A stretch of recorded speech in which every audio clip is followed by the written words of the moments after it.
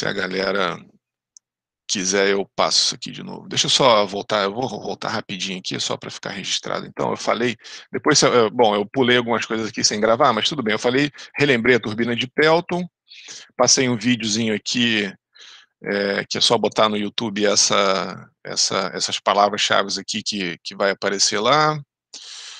E aí, bom, enfim, o Yuri me lembrou, tinha passado esse slide aqui recapitulando as principais diferenças, né? Qualquer dúvida me procurem também. Então, isso daqui eu falei na aula, e só para ficar registrado aqui na gravação, né? Qualquer dúvida que alguém tiver aqui me procura.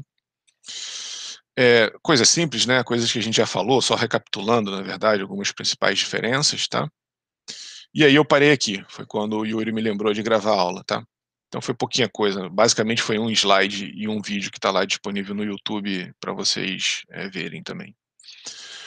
Bom, então, eu esqueço muito isso, às vezes eu esqueço de ligar o microfone também, então vocês têm que ficar ligados aí para me lembrar. O problema é se não tiver ninguém.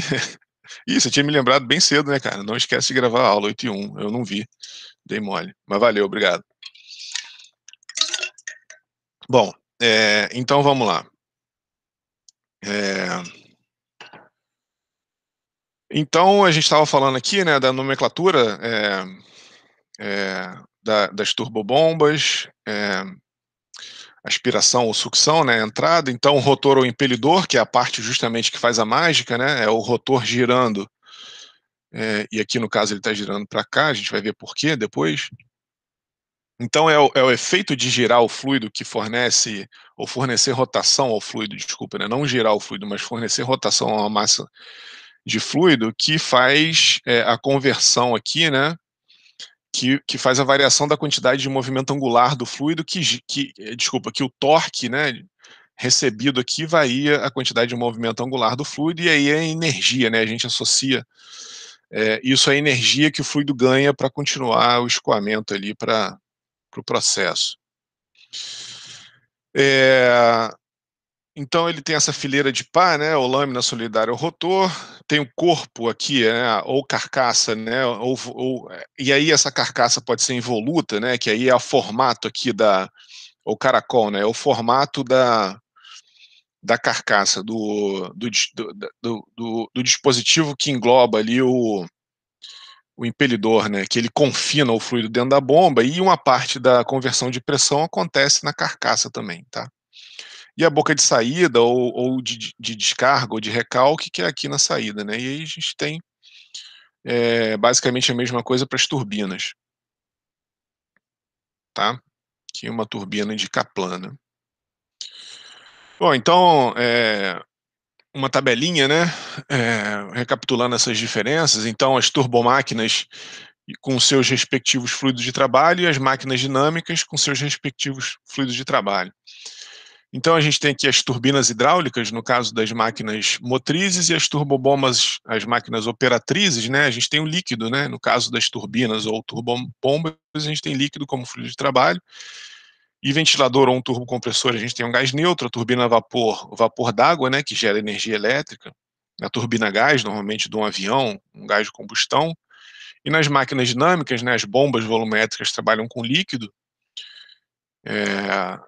O compressor volumétrico, né, trabalha com gás neutro ou vapor, no caso dos compressores para refrigeração, né, os compressores que são usados lá nos aparelhos de ar-condicionado, nas geladeiras, né, então ele comprime, se vocês lembrarem lá do ciclo termodinâmico, quando o fluido de trabalho, né, o fluido refrigerante, que a gente tem mania de falar o gás da geladeira, o gás do ar-condicionado, mas na verdade ele está ali como gás e como líquido, depende de onde ele esteja no processo de refrigeração, né? Mas o compressor tem que receber gás no ciclo, né? Ele é gás ali quando passa pelo compressor, né? O fluido é um gás ao passar pelo compressor do ciclo de refrigeração. E o motor alternativo ao pistão, né? Sempre mais controverso aí pela questão de poder ser também uma máquina térmica, né? É o gás de combustão, né? Normalmente é uma mistura ar-combustível. Aí um quadro de resumo, né? Dos tipos de máquinas motrizes. Então as turbinas hidráulicas, né? Elas transformam a energia hidráulica em trabalho mecânico, né, em torque no eixo ali, a energia potencial obtém de um desnível natural ou represamento. e ela é utilizado normalmente para gerar energia elétrica, né. Então os exemplos que a gente viu, turbina de Francis, Pelton e Kaplan, rodas hidráulicas ou rodas d'água. As turbinas a vapor, e a gás, né, elas transformam a energia recebida pelo fluido de trabalho, né, pelo fluido de trabalho em trabalho mecânico, e normalmente é utilizado para gerar energia elétrica, né, ou empuxo em aviões. Então dependendo, se for uma turbina a vapor ou a gás, isso daqui seria eventualmente, né, uma turbina a vapor, isso aqui eventualmente seria uma turbina a gás, né. Nada impede de ter uma turbina a gás para gerar energia elétrica, mas de forma geral, é assim que as coisas, acontecem, né. Então aqui você tem lá numa turbina de avião, a mistura ar-combustível passando pela câmara de combustão e aí expandindo e gerando trabalho de eixo muito mais para fazer funcionar o compressor, né. Eh, certo, então aqui alguns exemplos que na verdade até já foi dado aqui, né. E a turbina eólica, então aqui eu marquei só uma questão que eu fiz aqui, por que que tá amarelo e vermelho, né? O amarelo a gente vai ver mais ou menos, não vai ver muito em profundidade. Então as turbinas hidráulicas, as bombas volumétricas e os compressores volumétricos, a gente não vai ver com tantos detalhes, né? Dentro dessa tabela comparativa aqui, esses caras aqui a gente vai ver, mas com menos detalhe, e as turbobombas, né, que são usadas para bombear líquido, é o que a gente vai passar a maior parte do curso estudando, né, analisando. E aqui, assim, a turbina hidráulica está amarelinha aqui, aqui também, né? Então a turbina hidráulica aqui e o outro aqui que não tem nada marcado, a gente não vai ver, tá? Turbina a vapor, vocês veem lá em termodinâmica, e turbina eólica, infelizmente não dá tempo, mas é uma coisa que eu gostaria de cobrir algum dia. E está aqui, né, então um quadro resumo das máquinas operatrizes, né, que fornecem energia para o fluido. Então as bombas hidráulicas, está vermelhinho, porque é o que a gente vai ver com bastante detalhe, né, transporta líquido por tubulações, vencendo perdas de carga, né, então lembra que normalmente a gente quer transportar líquido de um ponto ao outro, e normalmente isso é feito da forma mais conveniente por uma rede de tubulação. Então, essa rede de tubulação tem desnível, tem a rugosidade superficial associado ao material do tubo, tem uma série de válvulas, curvas e acidentes. Então a gente quer saber, né, basicamente, como, e de uma forma mais detalhada aqui, né, no curso, mais do que o que vocês viram lá em mecânica dos fluidos, que isso é visto com um pouco de detalhe, com pouco detalhe, né, em mecânica dos fluidos, mas com mais detalhes aqui, né, como que a gente e como que a mágica se processa, né, como que o fluido entra por um lado da bomba com a pressão baixa e sai do outro lado com a pressão mais alta. Utilizado em sistema de transporte de fluidos em geral, né. Então aqui, aí eu marquei aqui especificamente, né, o vermelhinho aqui é o que a gente vai ver aqui no curso, né, em máquinas de fluxo, tá. E aí, com menos detalhes, esses outros tipos de dispositivos aqui, tá certo. Os ventiladores, né, transportam gás incompressível, então na verdade eles trabalham com gases. Rodrigo Almeida Martins. Eles trabalham com gases, compressíveis, mas não é o objetivo de um ventilador comprimir o gás. Então, a questão aqui, né, é muito mais fornecer a velocidade, né, é aumentar a velocidade do gás, tá. E aí, o ΔP é simplesmente ΔP, né, se for o caso do ventilador dentro de uma rede, de uma tubulação, é vencer as perdas de carga associadas a essa tubulação, mas não é o ΔP para vencer perda de carga, né. Então, utilizado em sistema de exaustão. Então, turboventiladores radiais, misto e axial, né. O radial é o que tem normalmente no ar-condicionado, quem já abriu um ar-condicionado de janela, ou até mesmo acho que o split também, né. Normalmente está lá dentro, né, normalmente ele recebe, a gente viu no slide passado, né, o fluxo entra por aqui e sai de forma radial. O axial é o ventilador que tem normalmente na casa de vocês aí, né, o fluxo é axial. E aí os compressores, que a gente vai ver também, mas não com muito detalhe, né, trabalha com gás compressível, Então, na verdade, aqui em cima fica até meio dúbio, né? Porque eles transportam, na verdade, gás, o ventilador, né? Eles transportam gás compressível. Eles não chegam a comprimir o gás, né? Mas não, eu acho que aqui é mais para enfatizar, né? Eu quis mais enfatizar o fato de não necessariamente comprimir o gás, né? Não é o objetivo do ventilador comprimir o gás. Agora, o compressor então trabalha com gás compressível a alta pressão e temperatura. Elas estão relacionadas, a gente vai ver isso, essas relações de como que o aumento da pressão ocasiona invariavelmente aumento da temperatura. E se a gente não quiser isso, a gente tem que gastar uma quantidade de energia tão grande que não vale a pena. Então, invariavelmente, altas pressões implicam altas temperaturas. Eleva a pressão de um gás desde uma atmosfera, né? Na verdade, pode ser até vácuo, eventualmente, dependendo do tipo de compressor, até milhares de atmosferas. Então, a gente vai ver que compressores, principalmente de deslocamento positivo, têm uma faixa de trabalho, né? Uma capacidade de aumentar a pressão muito alta. E aí não dá nem para ficar enumerando a aplicação industrial aqui, né? Só você entrar numa planta, qualquer planta, até mesmo da mais simples que tem, uma oficina mecânica aí de fundo de quintal tem eventualmente um sisteminha de ar comprimido ali para fazer funcionar as pistolas para soltar roda de carro, essas coisas, né? Então tem muita, até casa, né? Até tem compressorzinhos hoje em dia que aquelas pistolinhas que você pendura no ombro e sai pintando ali com aquela pistolinha. Então, compressor é quase que infinita a quantidade de aplicação e possibilidade, né? Então, a gente tem, dentro dos compressores, né, os turbocompressores, aqueles que trabalham pelo efeito dinâmico, né, a rotação de um eixo e as pás associadas solidárias ao eixo, e aí também pode ser radial, fluxo misto ou axial. Isso a gente não vai ver muito, na verdade eu poderia até ter deixado isso aqui de fora, porque, quer dizer, o pintado de branco aqui, né, daqui para cima pintado de branco, porque esses caras a gente não vai ver, e a gente vai ver muito deslocamento positivo, compressor de deslocamento positivo alternativo, rotativo também a gente não vai ver muita coisa não. Tá? Então o nosso foco, na verdade, né, em compressores, deixa eu apagar isso aqui, o nosso foco em compressores estaria nessa classe aqui, ó, deslocamento positivo alternativos, né? Então a gente vai ver isso com bastante detalhe, tá? Tanto a questão conceitual, que a gente já viu algumas coisas na aula de ontem, como a questão prática mesmo de cálculo, né? De conta, de aumento de pressão, de aumento de eficiência, como que refrigerar o compressor faz ele ficar mais eficiente, tá? Professor, Oi, diga, qual, Yuri. qual o critério para determinar quais são os tipos de motor que a gente vai ver ou não vai ver de turbina? Motor, cara, ou compressor que você tá falando? É de Tipo tudo, de. de bomba, turbina, motor.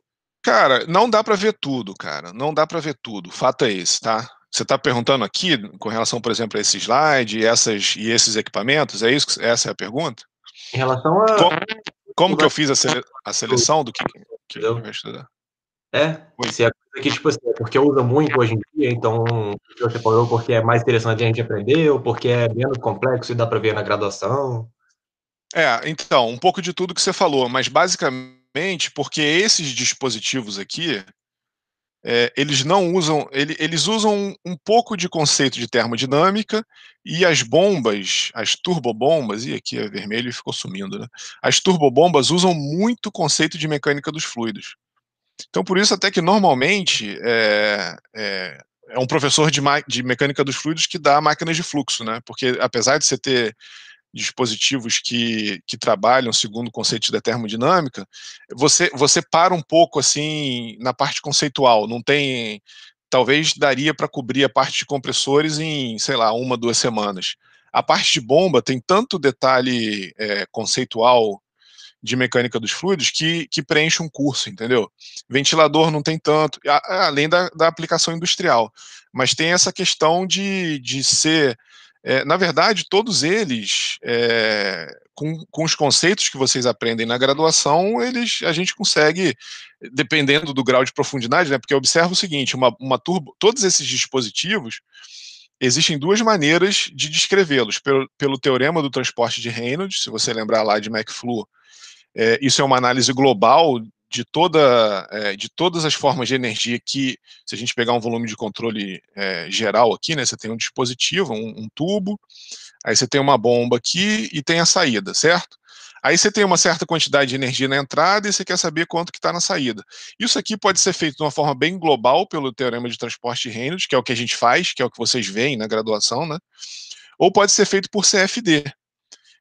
CFD, fluidodinâmica computacional, né? Você pegar lá o dispositivo que faz o principal papel, que aqui seria o impelidor da bomba, e aplicar a técnica de CFD ali, que é uma coisa que vocês não aprendem na graduação. Normalmente isso é para nível de pós-graduação. Então, é tipo ANSYS, né? é o ANSYS, exatamente, ANSYS, Consol, essas coisas. Então, até mesmo o que a gente vê, a gente tem que ser mostrado a nível de graduação. Então, todos esses dispositivos aqui, eles podem ser trabalhados com conceitos que vocês viram na graduação, que é o teorema do transporte Reynolds, ou eles são melhores analisados com conceitos de CFD, de ANSYS, que é o que você falou, do Consol. Mas realmente é uma questão, assim, até onde eu sei, por exemplo, quando eu fiz máquinas na verdade, na UFRJ bombas enfim, era bombas alguma coisa. Bombas industriais é o nome do livro do Defalco lá. Mas era bombas alguma coisa. Na UF se chama máquinas de fluxo. Mas normalmente a ênfase é dada muito mais às turbobombas hidráulicas, né? Pelo motivo dela ter uma parte conceitual de mecânica dos fluidos extensa. Eu acho que é isso. E aí é uma aplicação. Eu acho que é mais isso para mim, assim, né? Eu pelo menos entendo. Eu não estou inventando essa divisão, não. Isso normalmente é feito. Então, os compressores são vistos de uma maneira um pouco menos intensa, porque eles não têm. Se a gente olhar, for ver os compressores rotativos, eles são muito mais baseados na resistência de todo o conjunto que o compõe. Então, isso é uma característica do compressor, né? Enquanto ele tiver resistência mecânica, ele bombeia, ele não para nunca. A bomba de deslocamento positivo, essa transformação de torque em quantidade de movimento angular é limitada. Então, ela não tem uma capacidade ilimitada de subir, elevar a pressão. Então, por isso que a gente tem que fazer um estudo mais detalhado para otimizar essa transferência do torque em energia para o fluido. O compressor não, ele vai embora.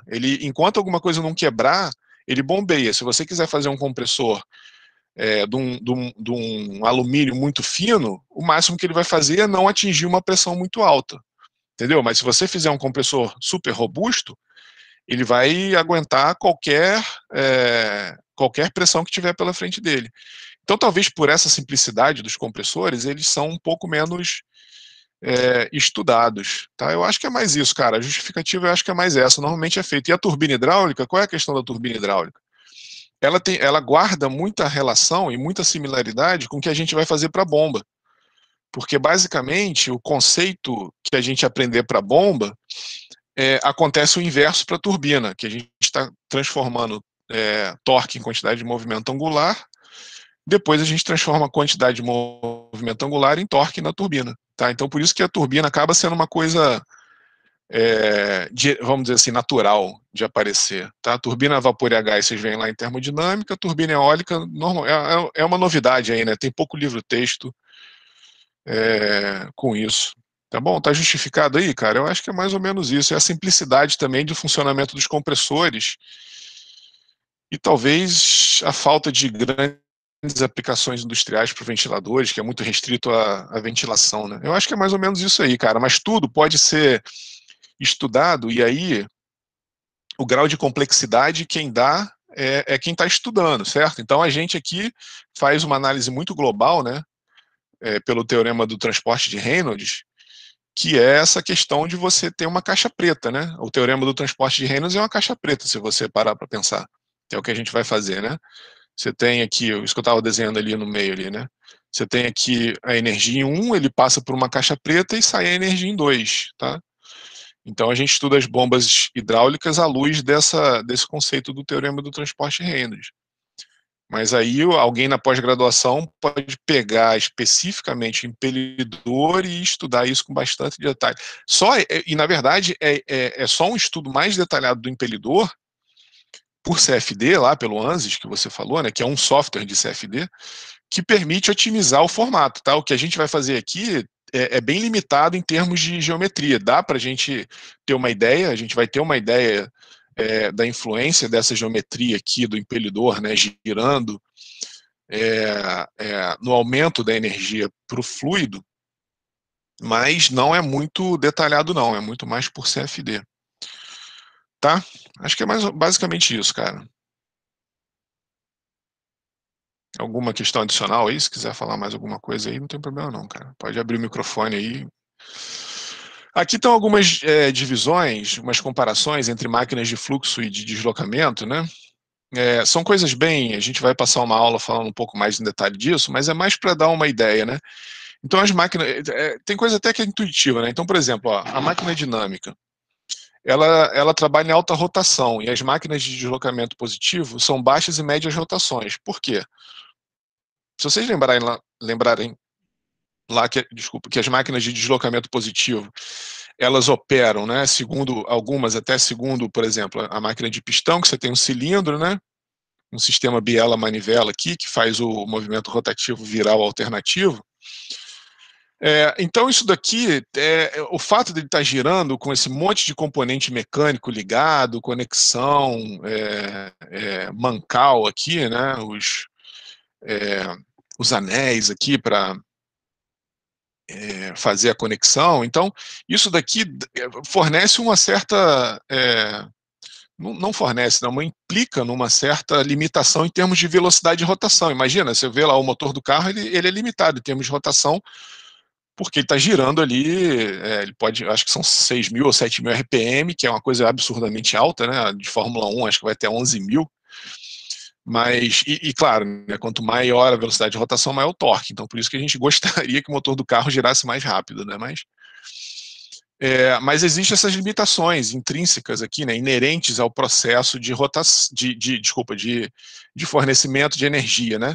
Se vocês pensarem lá nas máquinas rotativas, né, de deslocamento positivo rotativas, aquelas engrenagens que se acoplam, os lóbulos, então tudo tem uma certa interação mecânica ali que torna a coisa meio complicada de girar muito rápido, né? Então as máquinas dinâmicas não têm tanto essa limitação, né? Se vocês olharem aqui, por exemplo, acho que aqui, ó, a bomba, né? Então uma turbobomba, a velocidade de rotação ela é muito mais atrelado a uma conveniência do motor elétrico ali, né? Ela não tem muito problema de... Você faz um acoplamento aqui bem feito, né, do eixo com o impelidor, não tem muito problema. Se ele está girando a 3.600 RPM ou 7.000 RPM, isso daqui, não, sinceramente, eu não vejo, assim, até intuitivamente, né, na minha cabeça, muito problema disso aqui girar muito rápido ou muito devagar, ou mais devagar, né? Tá? Mas quanto mais rápido, mais torque, então a gente quer que ele gire mais rápido possível, né? Então, potências específicas elevadas, né, das máquinas dinâmicas, então a potência pelo peso, né, ele tem uma grande potência para um peso baixo. Então, as máquinas de deslocamento positivo, ela tem uma potência específica um pouco menor, porque são máquinas mais robustas, né? É isso que a gente estava falando.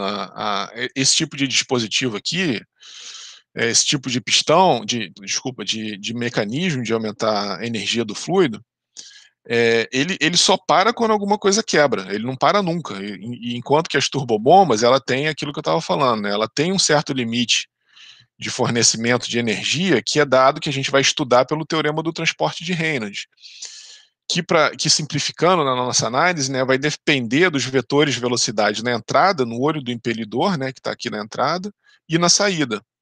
Então essa variação de quantidade de movimento angular vai dar um torque máximo de eixo que esse dispositivo consegue funcionar. Enquanto isso daqui não, ele vai embora, ele vai bombeando, vai bombeando.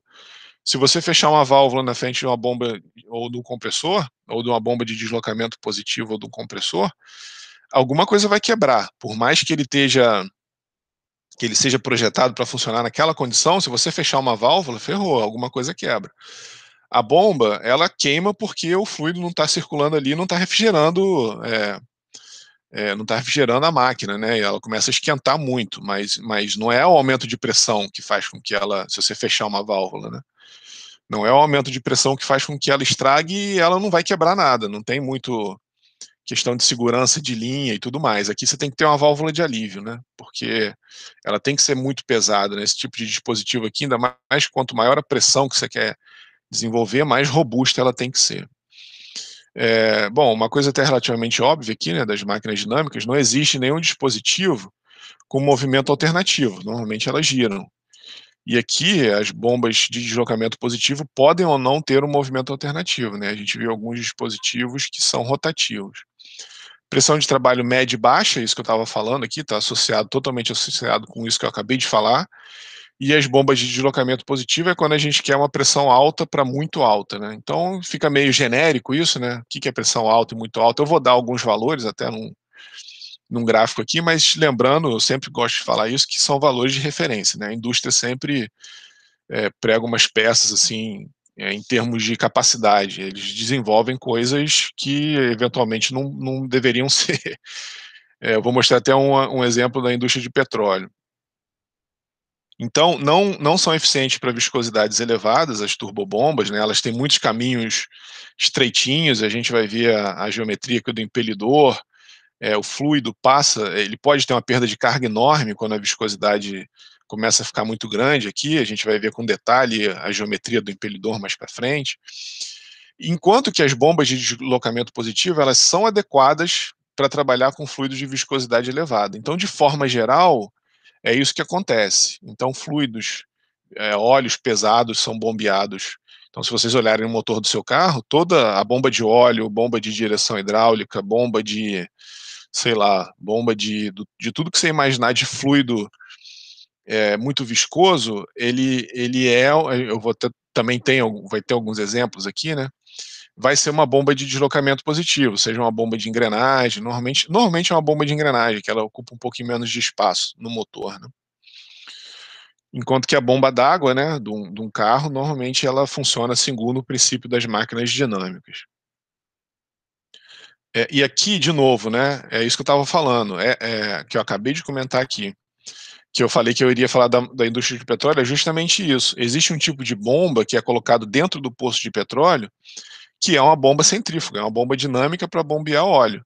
E aí você fala, pô, mas o professor falou que máquina de deslocamento, que turbomáquinas, né, que máquinas dinâmicas não são adequadas para fluidos viscosos. Mas aí foi uma questão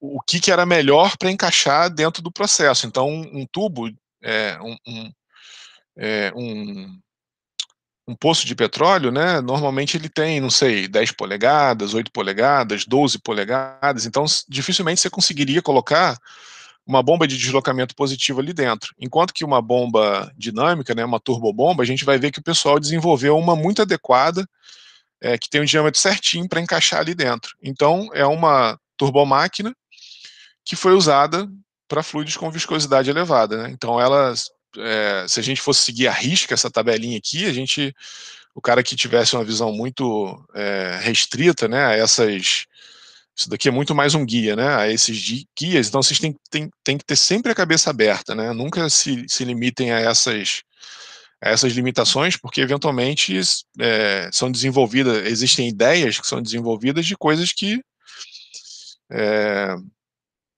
coisas que a princípio não poderiam acontecer, né? Então a bomba centrífuga submersa para a indústria de petróleo até é uma coisa interessante, né? Até na empresa que eu trabalhei o pessoal falava, pô, é um ambiente cheio de areia, você não existe monitoramento, você não vê direito o que está acontecendo lá embaixo, num poço a 5.000 metros de profundidade, e ela funciona. Até o pessoal que desenvolvia falava, é quase que um milagre, né, o negócio, ela funcionar, porque é um ambiente muito agressivo, muito hostil para um dispositivo ficar girando ali a 3.600 RPM com areia, com gás no fundo. Então, e foi desenvolvido, foi colocado, alguém bancou a ideia e funciona. Então tem que ter sempre a cabeça aberta para essas coisas, né?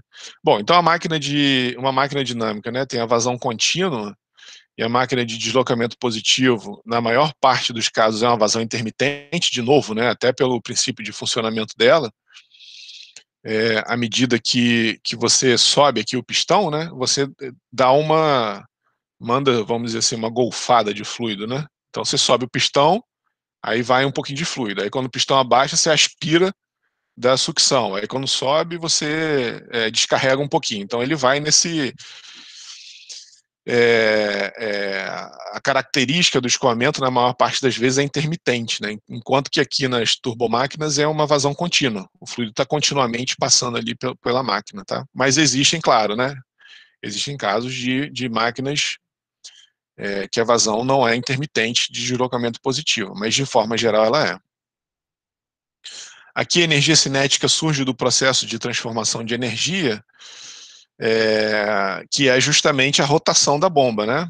O fluido entra com uma certa velocidade e à medida que a gente gira ali o impelidor e ele sai com uma velocidade maior, ele ganha energia cinética aqui e uma parte da pressão é convertida no impelidor, isso a gente vai ver com detalhe nas turbobombas, né? Mas uma parte é convertida na carcaça, na hora que ele passa pelo aumento de área que tem na saída da carcaça. A gente vai ver essa geometria até um pouquinho mais para frente. Tá? E aí, na máquina de deslocamento positivo, a energia cinética não tem um papel muito significativo na transformação de energia. Na verdade, existe até pouca transformação de energia numa máquina de deslocamento positivo, né? A pressão, isso que a gente falou na aula de ontem, né? A pressão é transmitida diretamente para o fluido, né? O movimento do pistão aqui transforma, né, ou transfere pressão diretamente para o fluido. Aqui nas máquinas dinâmicas, né, na maioria dos casos, o projeto hidrodinâmico e característico, construtivo mais complexo. Sim, porque, então, justamente pelo fato da gente ter uma questão de transformação de energia aqui um pouquinho mais complexo, aqui é muito intuitivo, né, isso que eu estou querendo dizer aqui, né. Os projetos das máquinas de deslocamento positivo, a gente vai ver até no próximo slide, que vai começar na sequência aí da aula de hoje, são muitas coisas intuitivas, assim, aquela questão da engrenagem, né? Você engrena dois dentes, você tem um fluido ali no meio, ele vai ser empurrado para frente. Você tem um pistão subindo e descendo, você vai empurrar o fluido para frente. Então, aqui na máquina de deslocamento positivo, a coisa é mais intuitiva, né? E na máquina dinâmica, o negócio é tão complexo, né, que até mesmo para otimizar, é isso que eu comentei bastante ali na pergunta do Yuri, e vou repetir agora um pouco mais rápido, né, até para otimizar o ângulo, o formato, quanto que as pás do impelidor, quantas pás, qual a angulação que elas devem fazer aqui, para chegar num projeto fino disso, é só simulação por CFD, né, só simulação no ANSYS, usando o console, o ANSYS e o console, observa o seguinte, né, o ANSYS e o console são softwares que já tem algoritmo de resolver problemas de escoamento de fluido incorporado neles.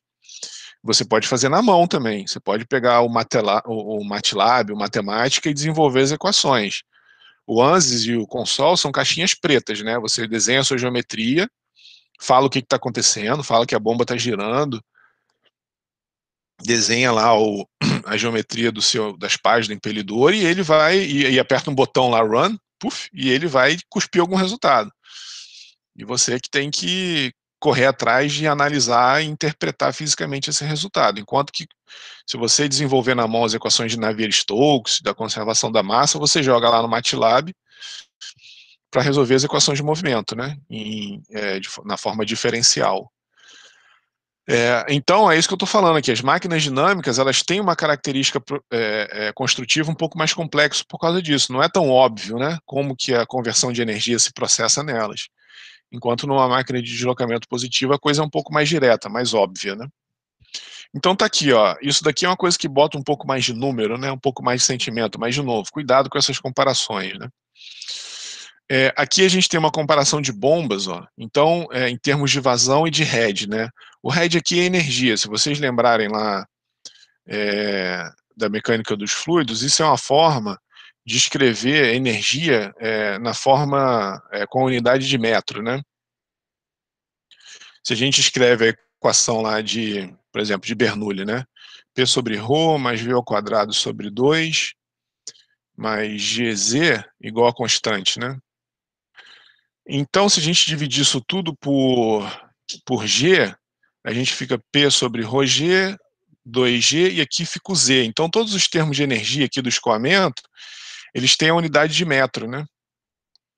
Então, por isso, e isso a gente vai ver aqui nesse curso, por que isso é muito conveniente, escrever unidade de energia em metro, tá? A gente vai analisar isso um pouquinho mais para frente. Então, o que ele está mostrando aqui são as faixas de aplicação de energia que é fornecida para o fluido em metro, contra a vazão em metros cúbicos por segundo. Então, observa aquilo que a gente estava falando, né?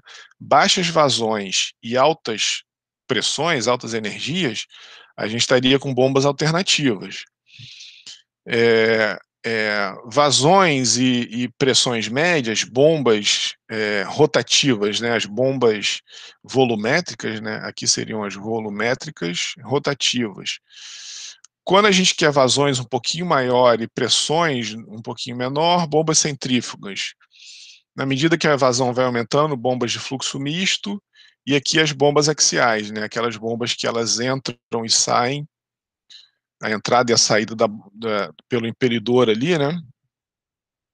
Se dá no mesmo sentido. As bombas centrífugas são aquelas que o fluido entra e aí sai do impelidor a 90 graus, tá? Então, as bombas centrífugas fornecem mais energia e as bombas axiais fornecem mais vazões, tá? Isso daqui seria quase que um ventilador, né? O equivalente a um fluido incompressível das bombas, seriam as bombas axiais, né? Aqui seriam as turbinas, né? Também a mesma coisa, uma faixa de aplicação, então turbinas de Pelton, aquilo que a gente estava falando, né? Ela normalmente usa um desnível enorme, aquela que tem que ela chega num bocalzinho e a energia potencial é convertida em energia cinética. Então, toda essa conversão de energia se dá naquele bocal, então ela suporta uma pressão maior, desde que aquele bocal suporte essa pressão, né? Essa energia potencial. Enquanto que uma turbina de Francis, por exemplo, você teria que fazer toda aquela carcaça com material muito resistente, né, para suportar as grandes pressões. Então, turbina de Francis que a gente viu, turbina de Pelton que a gente viu, e a de Kaplan que a gente viu, né? Essa daqui a gente não viu, essa daqui a gente não viu, eu nem sei direito como elas funcionam. Mas aqui a gente viu 3 faixas, né?